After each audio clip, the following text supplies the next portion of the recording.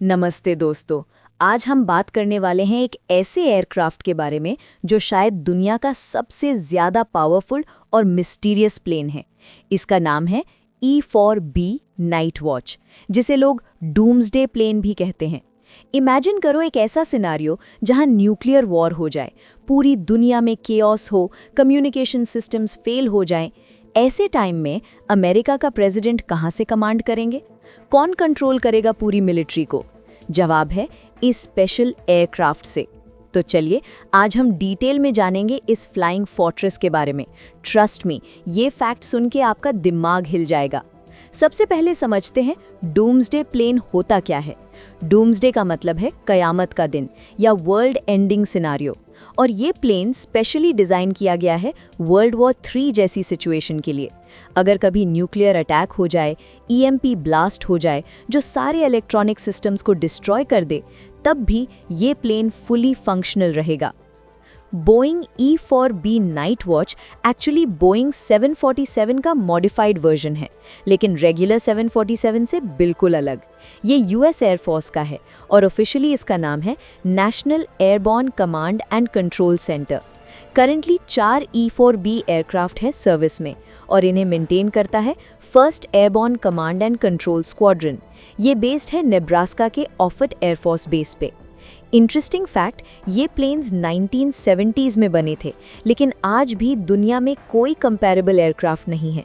मतलब टेक्नोलॉजी इतनी एडवांस है कि 50 साल बाद भी ये अनबीटेबल है। अब बात करते हैं कि ये प्लेन नॉर्मल प्लेन से कितना डिफरेंट है। सबसे इंपॉर्टेंट फीचर, ये प्लेन न्यूक्लियर एक्सप्लोजन को सर्वाइव कर सकता है। इसके बॉडी पर एक स्पेशल थर्मल और रेडिएशन शील्डिंग है। इलेक्ट्रोमैग्नेटिक पल्स यानी ईएमपी से भी ये कंप्लीटली प्रोटेक्टेड है।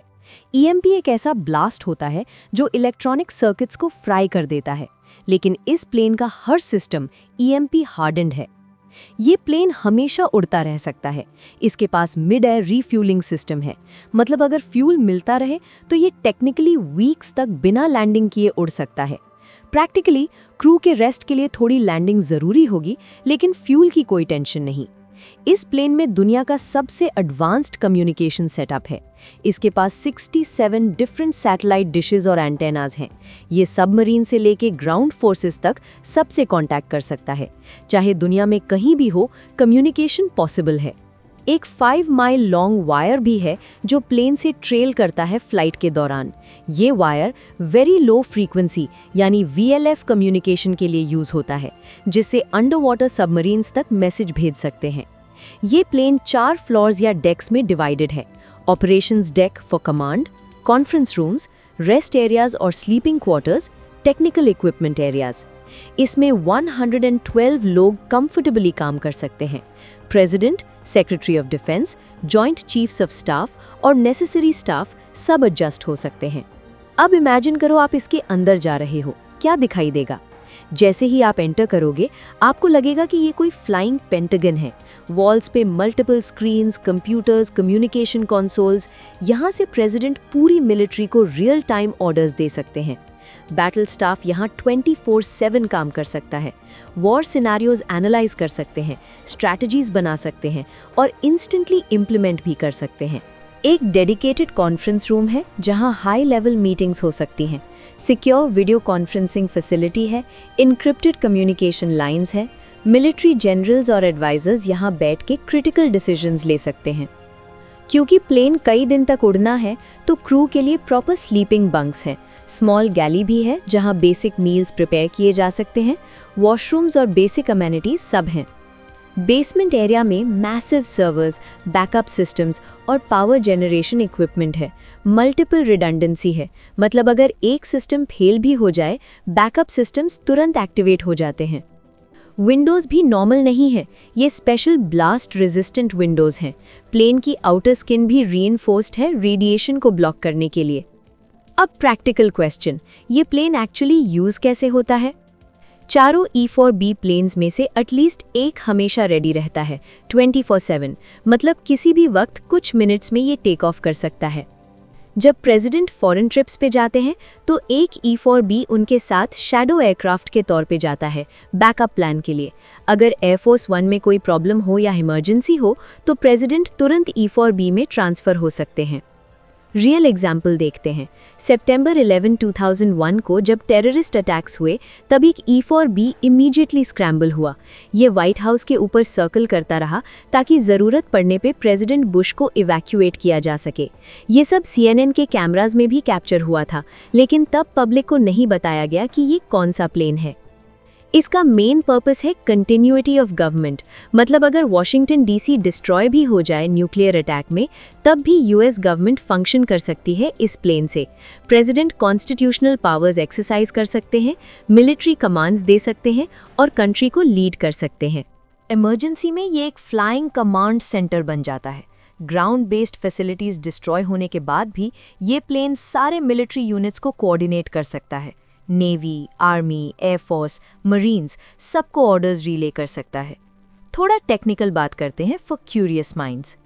इंजन्स 4 पावरफुल टर्बोफैन इंजन्स हैं जो जनरल इलेक्ट्रिक के बने हुए हैं। इमेंस थ्रस्ट जनरेट करते हैं। स्पीड, मैक्सिमम स्पीड लगभग 600 mph यानी 960 किलोमीटर पर आवर है। रेंज, बिना रिफ्यूलिंग के अप्रॉक्सीमेटली 7,800 माइल्स यानी 12,600 किलोमीटर्स जा सकता है। रिफ्यूलिंग के साथ अनलिमिटेड।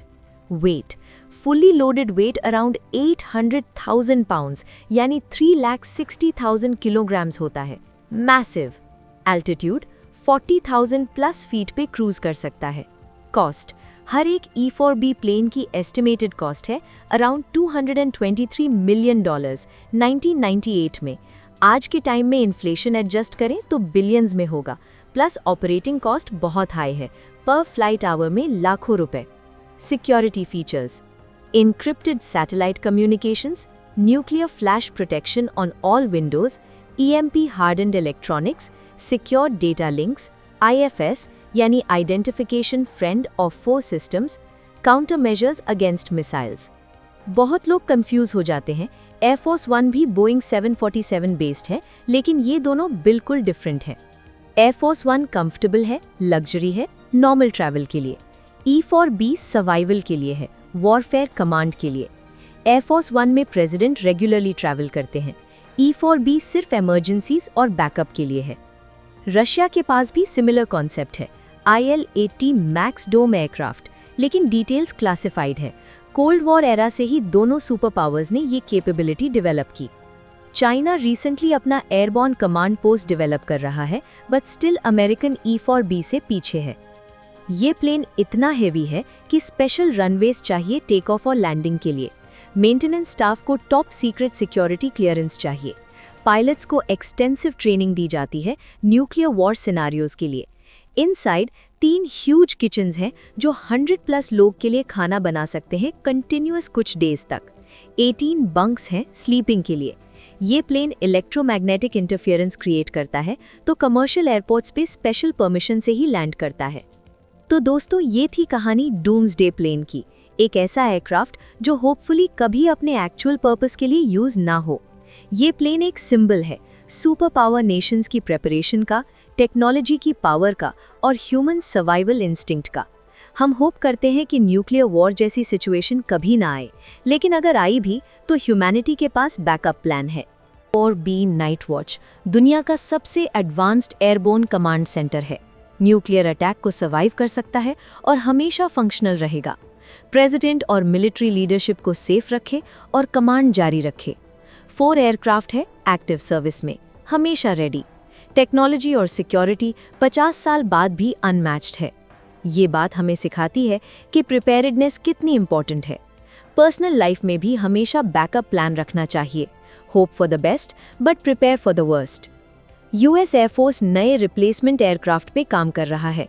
E-4B अब पुराने हो रहे हैं। नेक्स्ट जनरेशन में और भी एडवांस टेक्नोलॉजी होगी, बेटर कम्युनिकेशन, AI इंटीग्रेशन और इम्प्रूव्ड सर्वाइवेबिलिटी।